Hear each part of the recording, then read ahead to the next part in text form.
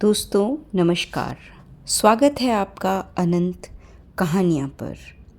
हम सुन रहे हैं कथा सम्राट श्री मुंशी प्रेमचंद के कथा संग्रह मानसरोवर 1 में संकलित कहानियाँ। आज की हमारी कहानी है दिल की रानी। यह कहानी ऐतिहासिक भावनात्मक पृष्ठभूमि पर आधारित है। कहानी प्रेम, नारी सम्मान, त्याग और आत्मसम्मान के संघर्ष का एक उत्कृष्ट उदाहरण है। कहानी दर्शाती है कि प्रेम में, सच्चाई में हथियारों से अधिक ताकत होती है। कहानी हमें सिखाती है कि विपरीत परिस्थितियों और युद्ध के भयानक माहौल में भी प्रेम और वफादारी का स्थान सबसे ऊपर होता है। यह प्रेमचंद की उन चुनिंदा कहानियों में से है जो रोमांस और इतिहास का बेहतरीन मिश्रण प्रस्तुत करती है। तो चलिए सुनते हैं कहानी दिल की रानी। जिन वीर तुर्कों के प्रखर प्रताप से ईसाई दुनिया कांप रही थी, उन्हीं का रक्त आज कुस्तुस्तुनिया की गलियों में बह रहा है। वही कुस्तुस्तुनिया जो 100 साल पहले तुर्कों के आतंक से आहत हो रहा था, आज उनके गर्म रक्त से अपना कलेजा ठंडा कर रहा है और तुर्की सेनापति 1 लाख सिपाहियों के साथ तैमूरी तेज के सामने अपनी किस्मत का फैसला सुनने के लिए खड़ा है। तैमूर ने विजय से भरी आंखें उठाई और सेनापति यजदानी की ओर देखकर सिंह के समान गरजा, क्या चाहते हो, जिंदगी या मौत? यजदानी ने गर्व से सिर उठाकर कहा, इज्जत की जिंदगी मिले तो जिंदगी, वरना मौत। तैमूर का क्रोध प्रचंड हो उठा। उसने बड़े बड़े अभिमानियों का सिर नीचा कर दिया था। यह जवाब इस अवसर पर सुनने की उसे ताव न थी। इन 1 लाख आदमियों की जान उसकी मुट्ठी में है। इन्हें वह क्षण भर में मसल सकता है। उस पर इतना अभिमान, इज्जत की जिंदगी। इसका यही तो अर्थ है कि गरीबों का जीवन अमीरों के भोग विलास पर बलिदान किया जाए। वही शराब की मजलिसें, वही अर्मीनिया और काफ की परियां। नहीं, तैमूर ने खलीफा बायजीद का घमंड इसलिए नहीं तोड़ा है कि तुर्कों को फिर उसी मदांध स्वाधीनता में इस्लाम का नाम डुबोने को छोड़ दें। तब उसे इतना रक्त बहाने की क्या ज़रूरत थी? मानव रक्त का प्रवाह संगीत का प्रवाह नहीं, रस का प्रवाह नहीं, एक विभत्स दृश्य है जिसे देखकर आंखें मुंह फेर लेती हैं, दृश्य सिर झुका लेता है। तैमूर हिंसक पशु नहीं है जो यह दृश्य देखने के लिए अपने जीवन की बाजी लगा दे।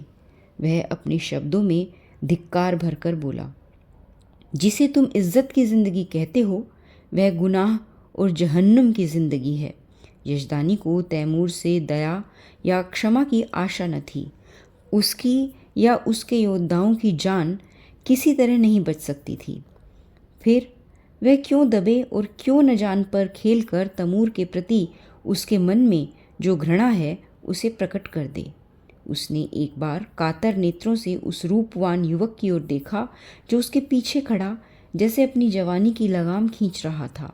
सान पर चढ़े हुए इस्पात के समान उसके अंग अंग से अतुल क्रोध की चिंगारियां निकल रही थी। यजदानी ने उसकी सूरत देखी और जैसे अपनी खींची हुई तलवार म्यान में रखकर खून के घूंट पीकर बोला, जहां पनाह इस वक्त फतेहमंद है, लेकिन अपराध क्षमा हो तो कह दूं कि अपने जीवन के विषय में तुर्कों को तातारियों से उपदेश लेने की ज़रूरत नहीं। दुनिया से अलग तातार के ऊसर मैदानों में न त्याग और व्रत की उपासना की जा सकती है और न मयस्सर होने वाले पदार्थों का बहिष्कार किया जा सकता है। पर जहाँ खुदा ने नेमतों की वर्षा की हो, वहाँ उन नेमतों का भोग न करना नाशुक्री है। अगर तलवार ही सभ्यता की सनद होती तो गाल कोम रोमानों से कहीं ज़्यादा सभ्य होती। तैमूर ज़ोर से हंसा और उसके सिपाहियों ने तलवारों पर हाथ रख लिए। तैमूर का ठहाका मौत का ठहाका था या गिरने वाले वज्र का तड़ाका। तातार वाले पशु हैं क्यों? मैं यह नहीं कहता। तुम कहते हो खुदा ने तुम्हें ऐश करने के लिए पैदा किया है। मैं कहता हूँ यह कुफ्र है। खुदा ने इंसान को बंदगी के लिए पैदा किया है और इसके खिलाफ जो कोई कुछ करता है वह काफिर है, जहन्नुमी है। रसूल पाक हमारी ज़िंदगी को पाक करने के लिए, हमें सच्चा इंसान बनाने के लिए आए थे, हमें हराम की तालीम देने के लिए नहीं। तैमूर दुनिया को इस कुफ्र से पाक कर देने का बीड़ा उठा चुका है। रसूल पाक के कदमों की कसम, मैं बेरहम नहीं हूँ, जालिम नहीं हूँ, खूंखार नहीं हूँ, लेकिन कुफ्र की सज़ा मेरे ईमान में मौत के सिवा और कुछ नहीं है।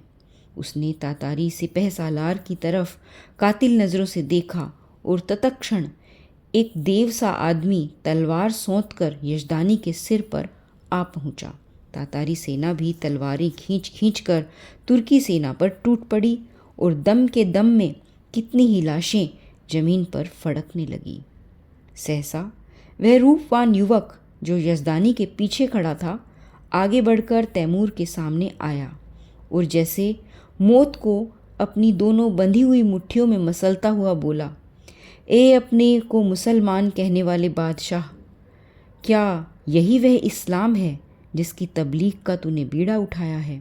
इस्लाम की यही तालीम है कि तू उन बहादुरों को इस बेदर्दी से खून बहाए जिन्होंने इसके सिवा कोई गुनाह नहीं किया कि अपने खलीफा और मुल्क की हिमायत की। चारों तरफ सन्नाटा छा गया। एक युवक जिसकी अभी मसें भी न भीगी थी, तैमूर जैसे तेजस्वी बादशाह का इतने खुले शब्दों में तिरस्कार करे और उसकी जबान तालू से न खिंचवा ली जाए। सभी स्तंभित हो रहे थे और तैमूर सम्मोहित सा बैठा उस युवक की ओर ताक रहा था। युवक ने तातारी सिपाहियों की तरफ, जिनके चेहरों पर कुतूहलमय प्रोत्साहन झलक रहा था, देखा और बोला, तू इन मुसलमानों को काफिर कहता है और समझता है कि तू इन्हें कत्ल करके खुदा और इस्लाम की खिदमत कर रहा है। मैं तुमसे पूछता हूँ, अगर वह लोग जो खुदा के सिवा और किसी के सामने सिजदा नहीं करते, जो रसूल पाक को अपना रहबर समझते हैं, मुसलमान नहीं हैं तो कौन मुसलमान है? मैं कहता हूँ हम काफिर ही सही, लेकिन तेरे तो हैं। क्या इस्लाम जंजीरों में बंधे हुए कैदियों के कत्ल की इजाज़त देता है? खुदा ने अगर तुझे ताकत दी है, अख्तियार दिया है, तो क्या इसलिए कि तू खुदा के बंदों का खून बहाए? क्या गुनहगारों को कत्ल करके तू उन्हें सीधे रास्ते पर ले जाएगा? तूने कितनी बेरहमी से 70,000 बहादुर तुर्कों को धोखा देकर सुरंग से उड़वा दिया और उनके मासूम बच्चों और निरपराध स्त्रियों को अनाथ कर दिया। तुझे कुछ अनुमान है? क्या यही कारनामे हैं जिन पर तू अपने मुसलमान होने का गर्व करता है? क्या इसी कत्ल, खून और बहते दरिया से तू दुनिया में अपना नाम रोशन करेगा? तूने तुर्कों के खून बहते दरिया में अपने घोड़ों के सुम नहीं भिगोए हैं, बल्कि इस्लाम को जड़ से खोदकर फेंक दिया है। यह वीर तुर्कों का ही आत्मोत्सर्ग है जिसने यूरोप में इस्लामी की तौहीद फैलाई। आज सोफिया के गिरजे में तुझे अल्लाहु अकबर की सदा सुनाई दे रही है। सारा यूरोप इस्लाम का स्वागत करने को तैयार है। क्या यह कारनामे इसी लायक है कि उनका यह इनाम मिले? इस ख्याल को दिल से निकाल दे कि तू खुरेंजी से इस्लाम की खिदमत कर रहा है।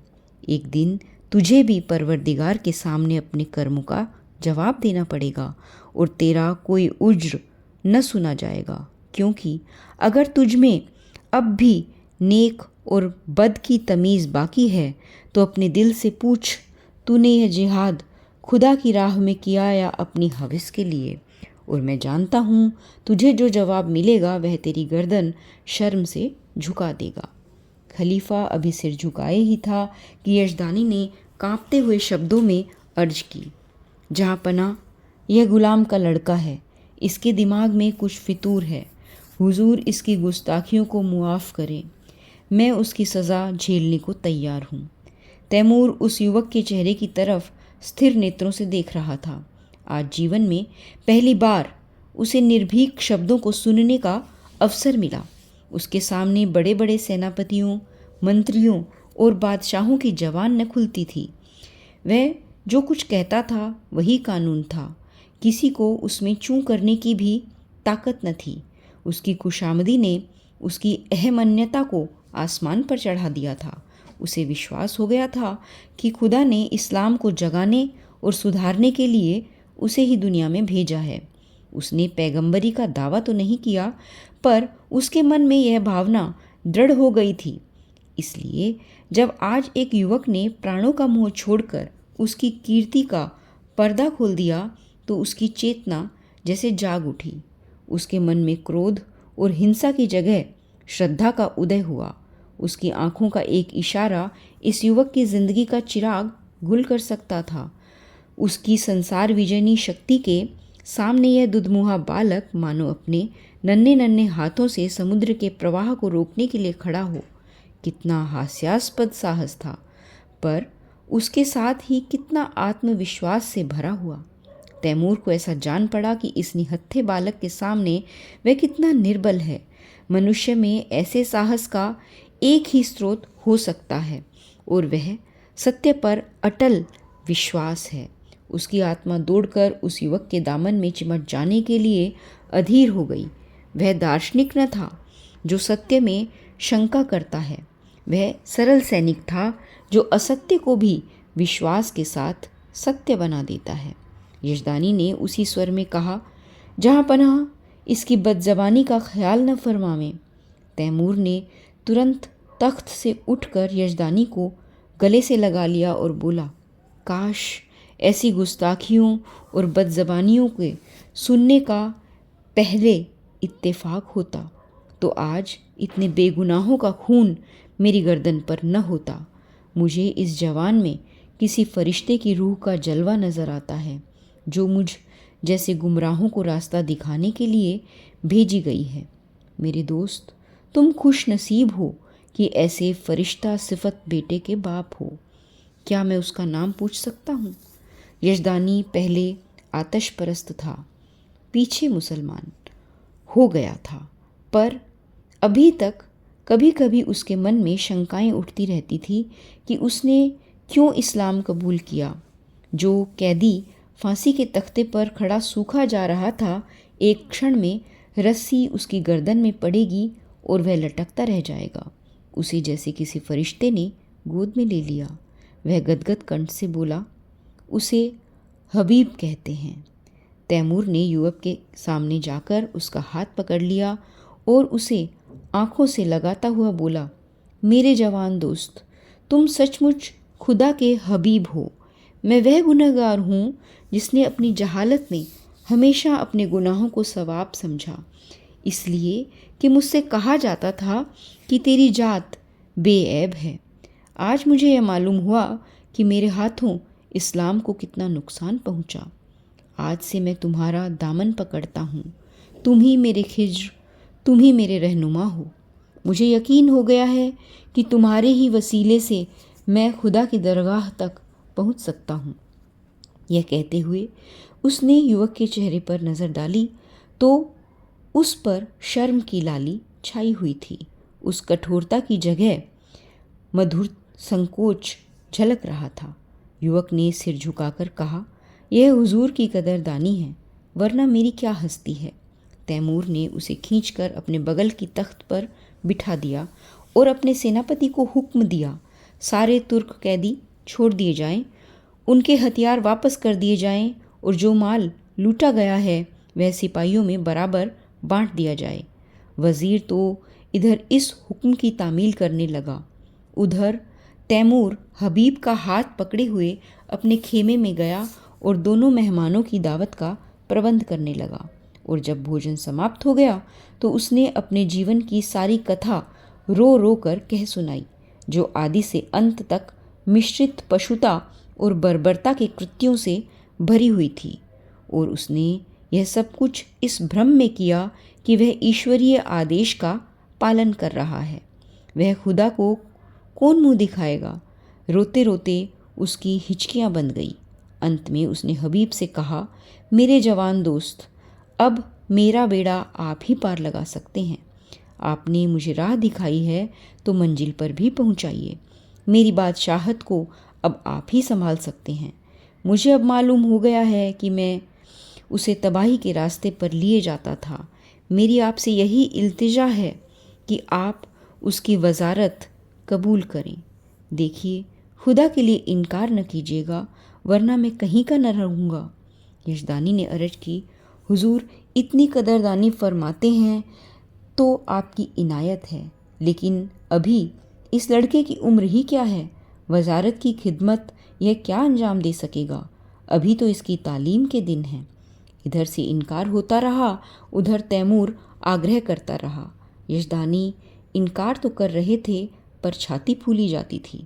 मूसा आग लेने गए थे, पैगंबरी मिल गई। कहाँ मौत के मुंह में जा रहे थे, वजारत मिल गई।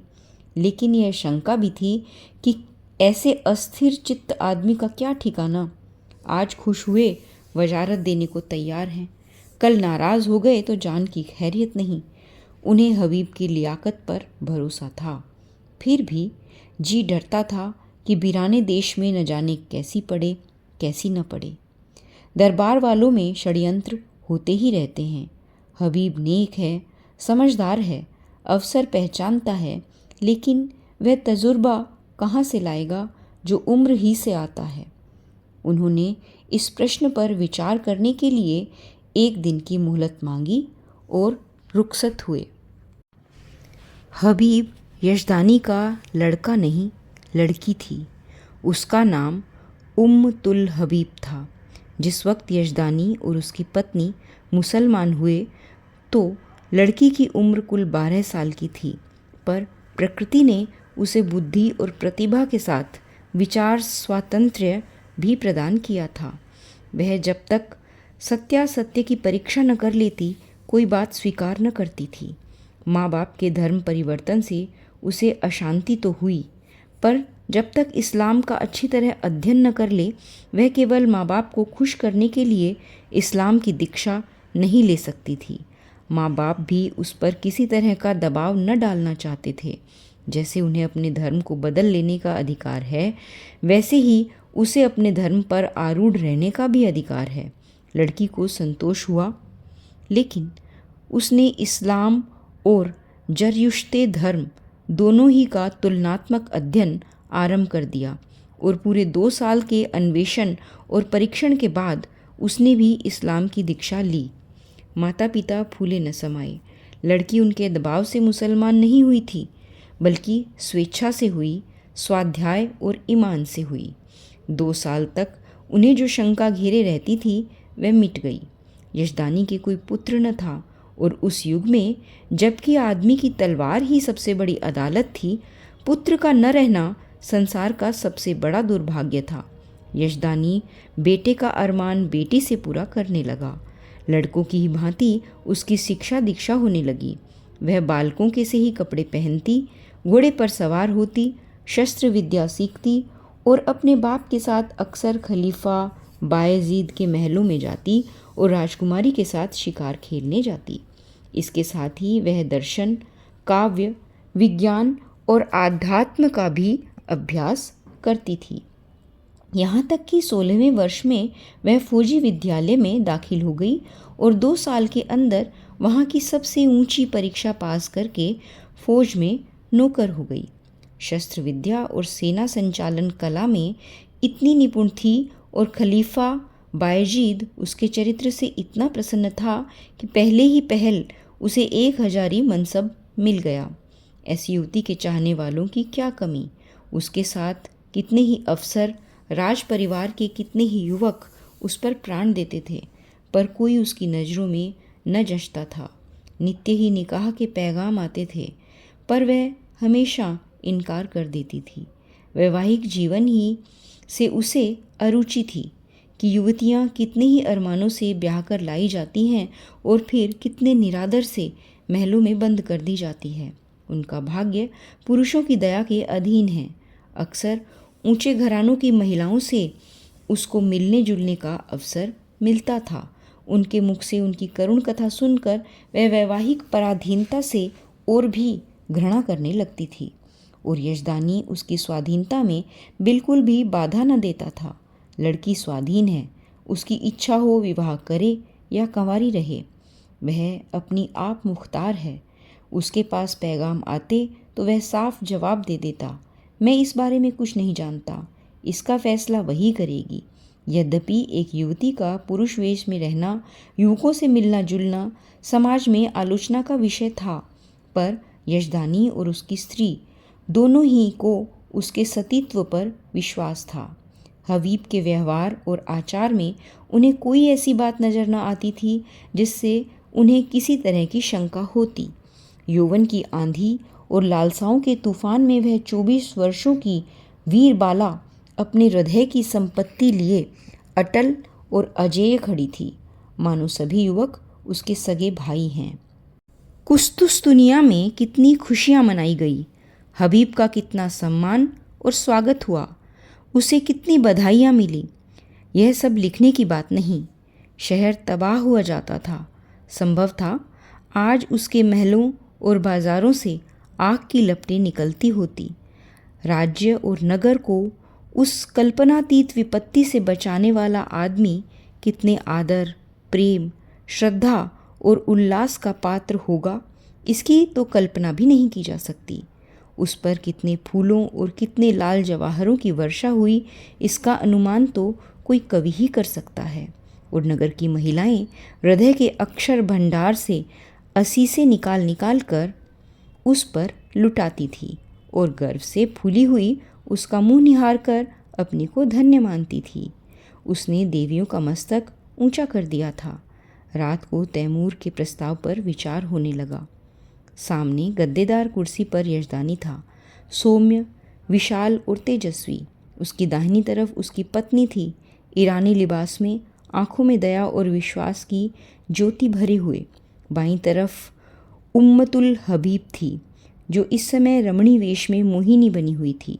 ब्रह्मचर्य के तेज से दीप्त यशदानी ने प्रस्ताव का विरोध करते हुए कहा, मैं अपनी तरफ से कुछ नहीं कहना चाहता, लेकिन यदि मुझे सलाह देने का अधिकार है तो मैं यह स्पष्ट करना चाहता हूँ कि तुम्हें इस प्रस्ताव को कभी स्वीकार नहीं करना चाहिए। तैमूर से यह बात बहुत दिनों तक छिपी नहीं रह सकती कि तुम क्या हो, उस वक्त क्या परिस्थिति होगी, मैं नहीं कह सकता। और यहाँ इस विषय में जो कुछ टीकाएँ होगी वह तुम मुझसे ज़्यादा जानती हो। यहाँ मैं मौजूद था और कुत्सा को मुंह न खोलने देता था, पर वहाँ तुम अकेली रहोगी और कुत्सा को मनमाने आरोप करने का अवसर मिलता रहेगा। उसकी पत्नी स्वेच्छा को इतना महत्व न देना चाहती थी। बोली, मैंने सुना है तैमूर निगाहों का भी अच्छा आदमी नहीं है।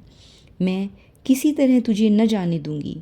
कोई बात हो जाए तो सारी दुनिया हंसे, यूं ही हंसने वाले क्या कम हैं। इसी तरह स्त्री पुरुष बड़ी देर तक ऊंच नीच सुझाते रहे और तरह तरह की शंकाएं करते रहे, लेकिन हबीब मौन साधे बैठी हुई थी। यशदानी ने समझा हबीब भी उनसे सहमत है। इनकार की सूचना देने के लिए ही था कि हबीब ने पूछा, आप तैमूर से क्या कहेंगे? यही जो यहाँ तय हुआ। मैंने तो अभी कुछ नहीं कहा है। मैंने तो समझा तुम भी हमसे सहमत हो। जी नहीं, आप उनसे जाकर कह दें मैं स्वीकार करती हूँ। माता ने छाती पर हाथ रखकर कहा, यह क्या गजब करती है बेटी, सोच तो, दुनिया क्या कहेगी। यशदानी भी सिर थाम कर बैठ गए, मानो हृदय में गोली लग गई हो। मुंह से एक शब्द भी न निकला। हबीब त्योरियों पर बल डालकर बोली, अम्मी जान, मैं आपके हुक्म से जो भर भी मुंह फेरना नहीं चाहती। आपको पूरा अख्तियार है, मुझे जाने दें या न जाने दें, लेकिन मुल्क की खिदमत का ऐसा मौका शायद मुझे ज़िंदगी में फिर न मिले। इस मौके को हाथ से खो देने का अफसोस मुझे उम्र भर रहेगा। मुझे यकीन है कि तैमूर को मैं अपनी दियानत, बेगर्जी और सच्ची वफादारी से इंसान बना सकती हूँ, और शायद उसके हाथों खुदा के बंदों का खून इतनी कसरत से न बहे। वह दिलेर है मगर बेरहम नहीं। कोई दिलेर आदमी बेरहम नहीं हो सकता। उसने अब तक जो कुछ किया है मजहब के अंधे जोश में किया है। आज खुदा ने मुझे वह मौका दिया है कि मैं उसे दिखा दूं कि मजहब खिदमत का नाम है, लूट और कत्ल का नहीं। अपने बारे में मुझे मुतलक अंदेशा नहीं है। मैं अपनी हिफाजत आप कर सकती हूँ। मुझे दावा है कि अपने फ़र्ज को नेक नियति से अदा करके मैं दुश्मनों की ज़बान बंद कर सकती हूँ। और मान लीजिए मुझे नाकामी भी हो तो क्या सच्चाई और हक़ के लिए कुर्बान हो जाना ज़िंदगी की सबसे शानदार फ़तह नहीं है? अब तक मैंने जिस उसूल पर ज़िंदगी बसर की है उसने मुझे धोखा नहीं दिया और उसी के फैज़ से आज मुझे यह दर्जा हासिल हुआ है जो बड़े बड़ों को ज़िंदगी का ख्वाब है। मेरे आजमाए हुए दोस्त मुझे कभी धोखा नहीं दे सकते।